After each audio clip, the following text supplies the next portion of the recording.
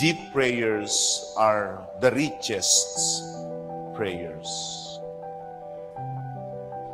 Deep prayers are the prayers that do not only comes from the mouth. Deep prayers are not only spoken from the mouth, but they are actually cried from the heart. Kaya ang ating panalangin ay hindi lamang dapat about physical needs, kundi ang hanapin natin ay ang panalangin na itinuro sa atin ng Panginoon. Kaya ang ating panalangin ay, sabi ko hindi dapat galing lamang ito sa labi. Ito dapat ay galing sa sigaw ng ating puso. Yan ang mga panalangin hindi umaalis. Yan ang mga panalangin binabata.